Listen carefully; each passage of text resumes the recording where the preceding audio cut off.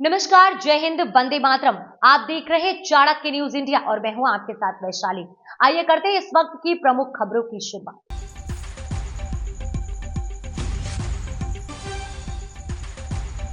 बिहार के उत्तरी जिले में बाढ़ की स्थिति भयावह है। मंगलवार को 5 बांध टूटे और नए इलाकों में बाढ़ का खतरा पैदा हो गया है। केंद्र सरकार ने बिहार में बाढ़ से राहत एवं बचाव कार्य के लिए 655 करोड़ रुपए जारी किए हैं। यह राशि केंद्रीय गृह मंत्रालय ने एसडीआरएफ को दी है। साथ ही केंद्रीय मंत्रियों को एक टीम राज्य के बाढ़ प्रभावित इलाकों का दौरा करेगी और नुकसान का जायजा लेगी। बिहार में बाढ़ की स्थिति भयावह होने से वायुसेना राहत कार्य में उतरी है। वायु सेवा के 2 हेलीकॉप्टर की मदद से मंगलवार को सीतामढ़ी के बेलसंड और दरभंगा के कीरतपुर, घनश्यामपुर, गौरा बोराम और कुशेश्वरनाथ आदि बाढ़ प्रभावित इलाकों में हेलीकॉप्टर की मदद से राहत पहुंचाया गया है। उधर उत्तर बिहार में बीते 24 घंटे में 5 जगह पर तटबंध टूट जाने से दर्जनों नए गांवों में बाढ़ का पानी फैल गया है। पश्चिम चंपारण में गंडक व करतहा नदी, पूर्वी चंपारण में गंडक और दरभंगा में कमला बलान के तटबंध 5 जगह पर टूट गए हैं। उत्तर बिहार में अब तक छोटी बड़ी नदियों पर कुल 18 जगह पर तटबंध या रिंग बांध ध्वस्त हुए हैं। बाढ़ में से राज्य के 16 जिलों की 11.44 लाख आबादी प्रभावित हुई है। वहीं 76 प्रखंडों की 346 ग्राम पंचायत के लोग पानी से घिरे हुए हैं। मुख्यमंत्री के निर्देश के बाद भी आपदा प्रबंधन विभाग और जिला प्रशासन राहत एवं बचाव कार्य तेज कर दिए गए हैं। एनडीआरएफ की 16 टीमें और एसडीआरएफ की 14 टीमें राहत बचाव में जुटी हुई हैं। गंडक, कोसी, बागमती, महानंदा एवं अन्य नदियों में आई बाढ़ से पूर्वी चंपारण, पश्चिमी चंपारण, अररिया, किशनगंज, गोपालगंज, शिवहर, सीतामढ़ी, सुपौल, मधेपुरा, मुजफ्फरपुर, पूर्णिया, मधुबनी, दरभंगा, सारण, सहरसा एवं कटिहार जिले प्रभावित है। बिहार सरकार के कृषि मंत्री मंगल पांडे ने बताया कि बाढ़ के कारण राज्य के 19 जिलों में लगभग 2,24,597 हेक्टेयर फसल प्रभावित हो गई है। इधर बाढ़ की भयावह स्थिति से चंपारण से मधुबनी तक हजारों लोगों के घर छतों पर आ गए हैं और एनएच के किनारे शरण लिए हुए लोग अपना जीवन यापन कर रहे हैं।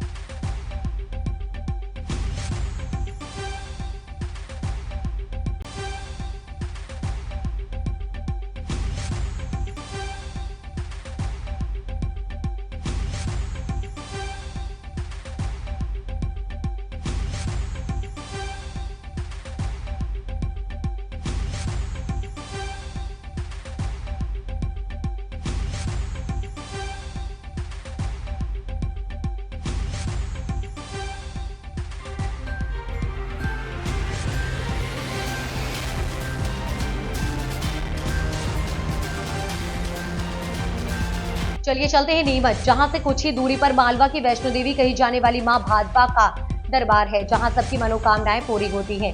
यहां लकवाग्रस्त लोग आते हैं 4 पहिया वाहन पर और वापस जाते हैं पैदल चलकर। चलिए हम मां भादवा के चमत्कारों के बारे में कुछ बातें बताएं। उसके पूर्व ये बताना भी जरूरी है कि शारदीय नवरात्रि गुरुवार से प्रारंभ होने जा रही है और हम आप सभी को चाणक्य न्यूज इंडिया परिवार की ओर से बहुत बहुत शुभकामनाएं। चलिए चलते हैं नीमच, जहां पे कुछ ही दूरी पर मालवा की वैष्णो देवी कहे जाने वाली मां भादवा का दरबार है, जहां सबकी मनोकामनाएं पूरी होती हैं। यहां लकवाग्रस्त लोग हैं 4 पहिया वाहन पर और वापस जाते हैं पैदल चलकर। चलिए हम मां भादवा के चमत्कारों के बारे में कुछ बातें बताएं। उसके पूर्व यह बताना भी जरूरी है कि शारदीय नवरात्रि गुरुवार से प्रारंभ होने जा रही है और हम आप सभी को चाणक्य न्यूज इंडिया परिवार की ओर से बहुत बहुत शुभकामनाएं देते हैं। और एक बार फिर आपको मालवा की नगरी में ले चलते हैं, जहां पर बड़ी मान्यता के साथ 9 दिन तक मां भादवा के दरबार में हजारों श्रद्धालुओं का आवागमन लगा रहता है। नीमच के अलावा बाहर से भी हजारों की संख्या में अपनी आस्था लिए मां के दरबार में दौड़े चले आते हैं लोग।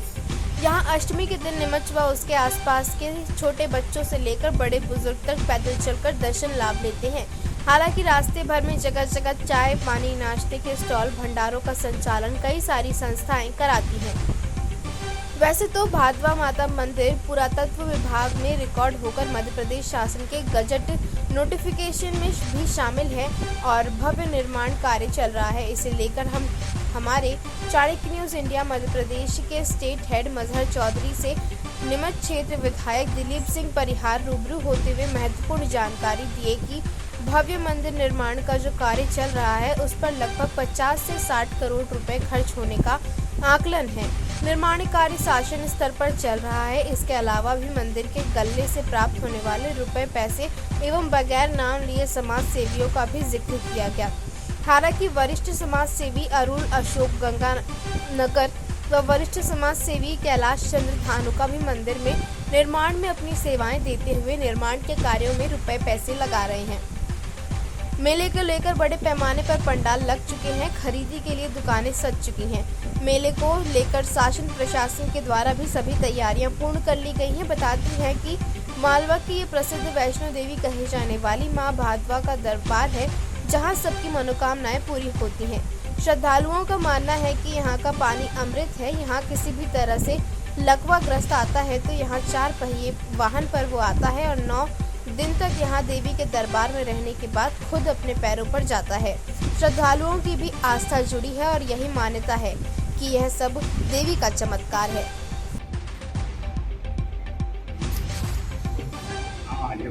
माननीय प्रभारी मंत्री सुश्री निर्मला जी भूरिया जी प्रथम आगमन प्रभारी मंत्री भगवान माँ भादवा माता के स्थान पर हुआ है और ये मालवा की वैष्णो देवी है, जहाँ सबकी मनोकामना पूर्ण होती है। दीदी के नेतृत्व में मास्टर प्लान पूरा होना है। मध्य प्रदेश के यशस्वी मुख्यमंत्री डॉक्टर मोहन यादव जी ने एक 60 करोड़ 50 करोड़ के लगभग का पूरा प्लान बना है। कुछ सहयोगदाताओं द्वारा, कुछ जो दान पेटी में पैसा निकलता है उसके माध्यम से यहाँ का डेवलपमेंट हो रहा है और हम देखते हैं यहाँ का पानी अमृत है। और जब वहाँ लोग आते हैं, यहाँ के पानी को सेवन करते हैं, माँ के घर में जब रहते हैं, जिनको लकवा मार जाता है, वो 9 दिन रहने के बाद में अपने घर पर पैदल चल के जाते हैं। ये माँ का चमत्कार है। मैं यही कहूँगा कि माननीय सुश्री निर्मला जी के नेतृत्व में यहाँ का मास्टर प्लान पूरा होगा। प्रथम आगमन ने आपने यहाँ चिंता की है, मास्टर प्लान को देखा है और हमारे प्रशासन की टीम और हम लोग मिलकर इसको जल्दी से जल्दी पूरा करेंगे।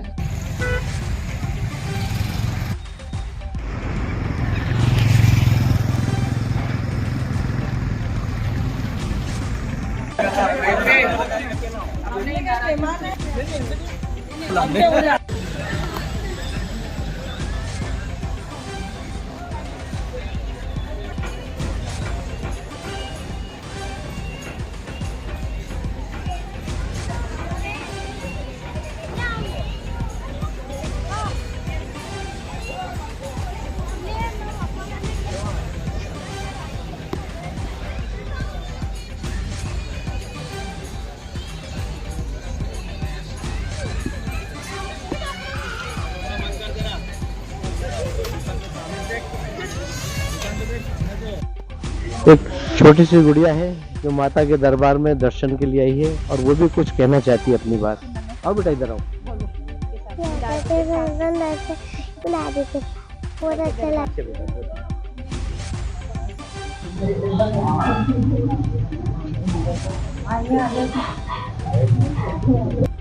मालवा के प्रसिद्ध आराध्य देवी भादवा माता के दरबार में हैं और यहाँ जो श्रद्धालु आए हैं उनसे इस बारे में जानना चाहते हैं।